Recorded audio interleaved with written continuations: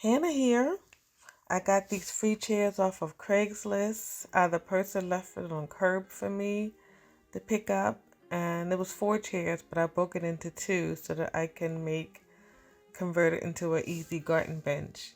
When you use chairs to make a garden bench, it's so much easier than using wood pieces because you need a lot of skills to be able to cut it in different ways. And I mean, chairs make a cute bench anyway. And so I just start by sanding it down. I really want to get like a natural wood look, and it is a lot of paint on it.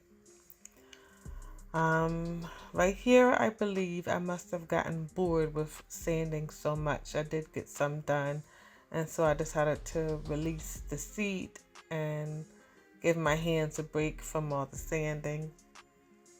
It happens.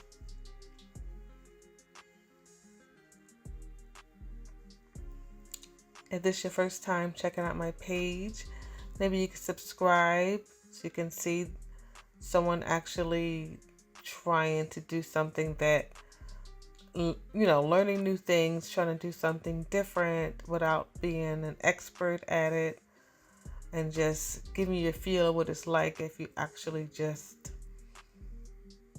tried,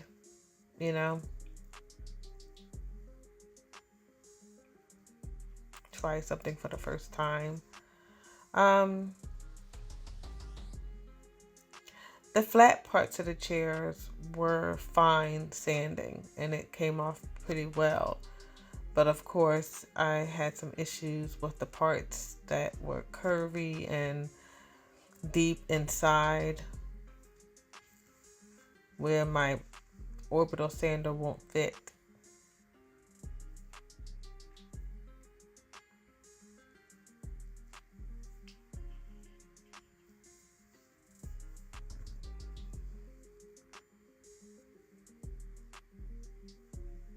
I also noticed that they were just layers of paint. All kind of things just layered on this thing.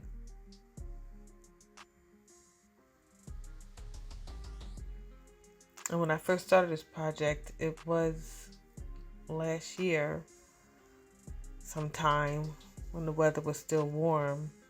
I just stopped working on it because I think it frustrated me and I couldn't get it to look how I wanted it to look. So sometimes you walk away from a project for a while.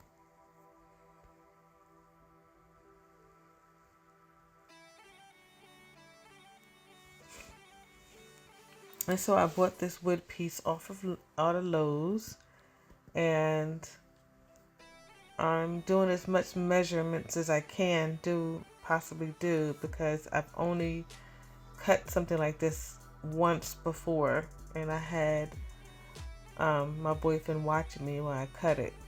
I'm gonna be using his tool to cut this, but I really want to do this myself and get this bench piece done. So I'm just trying my best to have the measurements ready.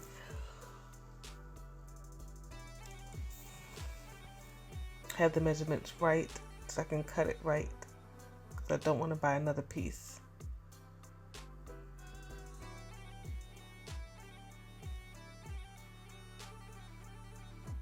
So there's a guide when you cut with these tools so you know how to stay on track.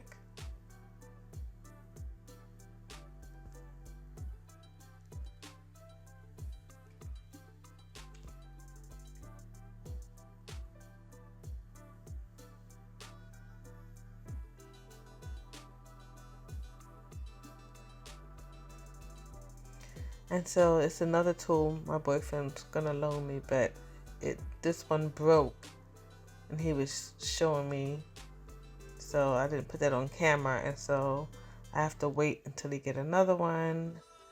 There was a warranty on it, so I'm just scraping and doing whatever I can off of these chairs, but it just never ends.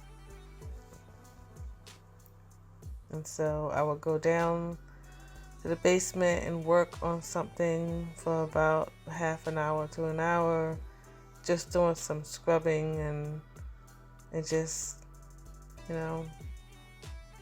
never ends. And so now we got the tool back again, the newer one.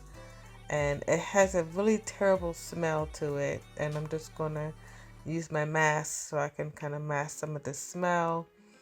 And the tool is very strong, like it would gash your wood really bad.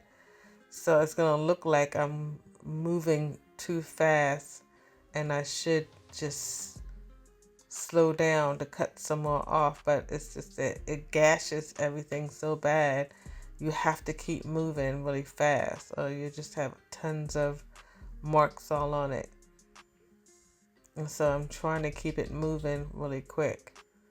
But every time I slow down, it just cuts into it. So you have to just keep moving.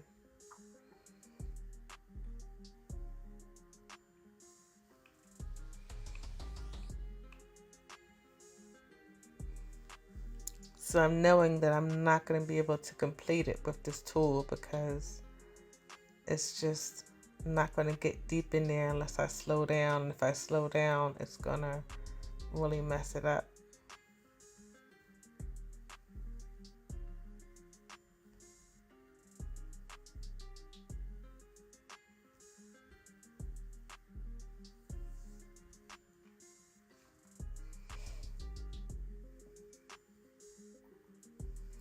So hopefully you feel like you're getting something out of watching my channel, and you hit the subscribe button.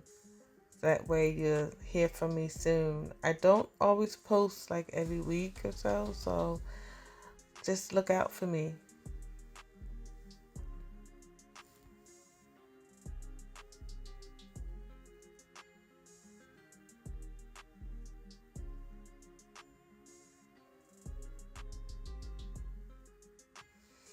And so I'm putting the mask back on and some gloves because I decided to use a little bit of stripper, and the citrus strip is not as strong as the clean strip, and because it's not as strong, I didn't even notice that I didn't put my mask on to use it.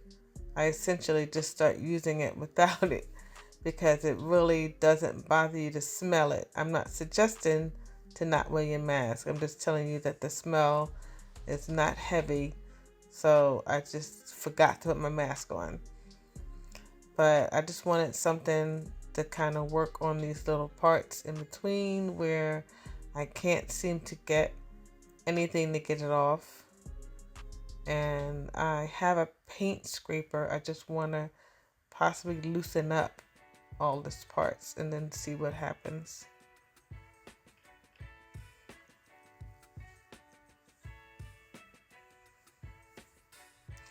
So I waited 30 minutes, and then it looks like some is coming off, but I'm gonna tell you, it's just tough. This is definitely one of those labors of love. If you just want it for yourself and you know it's free, then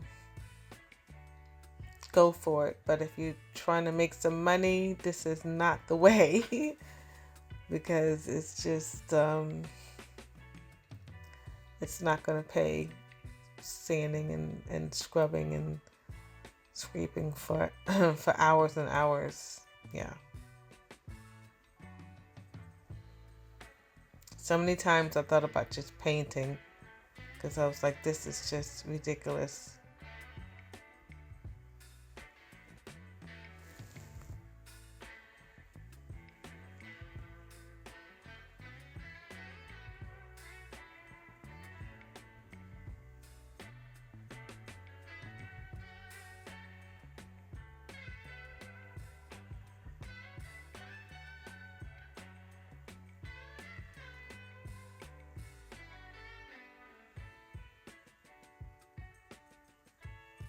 So at some point, I feel like I've done enough.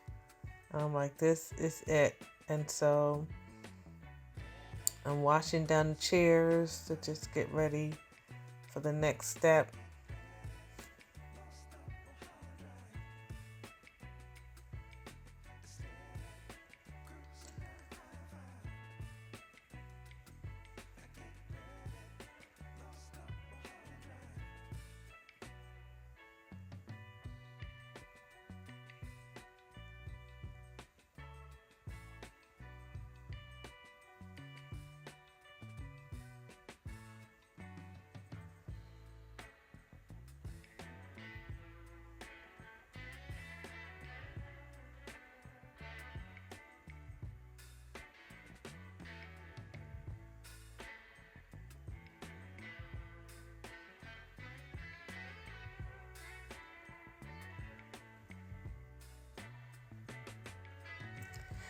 And so fast forward to like a few days ago when I already painted one leg back then, like last year, but then I decided just to hurry up and paint this other leg because um, sometimes I needed like a little contrast, and all natural just wasn't doing it for me.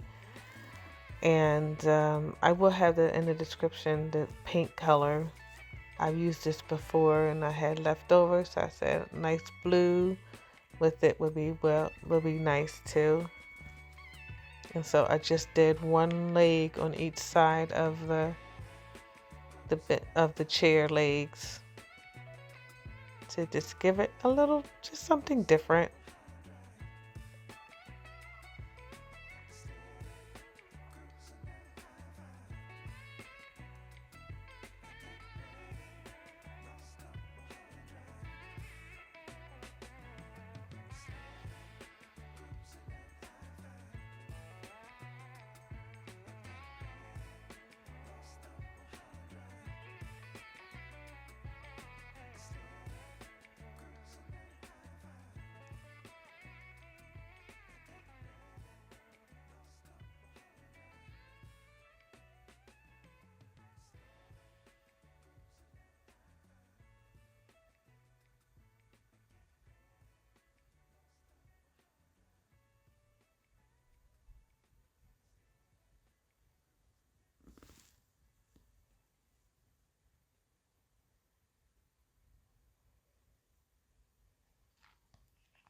So it's time to put the stain on. It's been about 2 hours. I'm using Minwax Driftwood. And Minwax wood stain water-based in the color Driftwood. I always keep like the sponge in there because I keep swearing I'm done with this, but it's almost done. It's not quite done. As much as I do like the water-based stain look, I do prefer the oil base. It just is not all mucky and weird. It's been like that from the beginning with the water-based one. And it's just, it looks kind of greenish when you first put it on, and you wipe it off, it's fine. But I feel like the oil-based one just totally acts right. I don't have to worry about all that. But they never ever seem to have it in anything bigger than 8 ounces, so I just can't deal with an 8-ounce jar of product. You don't get anything for your money. And so because I struggled with the paint, scraping the paint off, there are like little parts and pieces where I can feel like the stain is not adhering because of maybe something just left over somewhere, and then that's when you find out it's not perfectly done.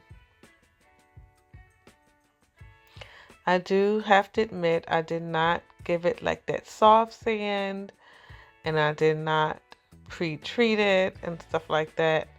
At this point, I'm not gonna lie, I just want to kind of get this bench done and make some space down there and put this thing outside.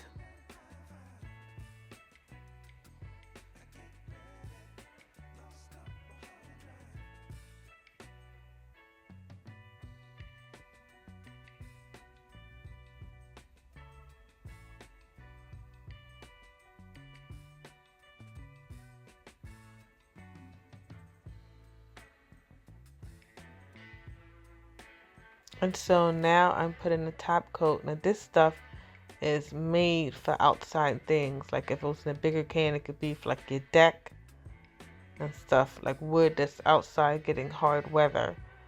And so I definitely wanted to use something stronger than just a regular polyurethane for these chairs.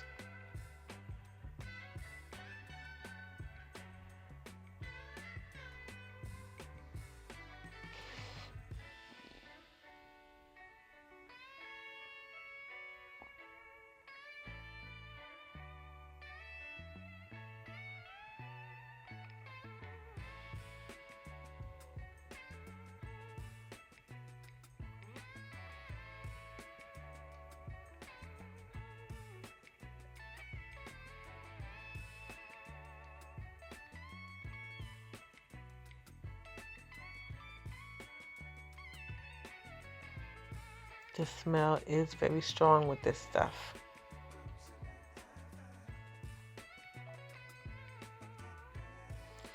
And so it's time to put the bench together. And so I got a nail gun, which will help kind of secure certain parts of it. And this garden bench is not for sitting, it's for looking cute and putting plants and pots around it.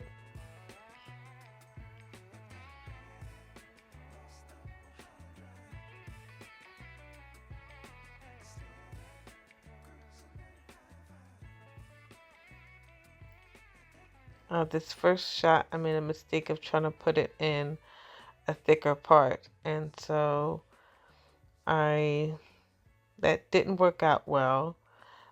We filled it up, the nails, it was empty, and then my boyfriend came out and of course tried to let me know what I did wrong and nail some stuff in there for me. At this point, I just wanted this bench done. We have so many projects out there to do. Please stand by, and this is a reminder of the chairs, and this is the finished product when I was done. And of course, I will have it dressed up for real with actual plants and stuff, but this is just a stage look. I hope you enjoyed the video. Please like and subscribe.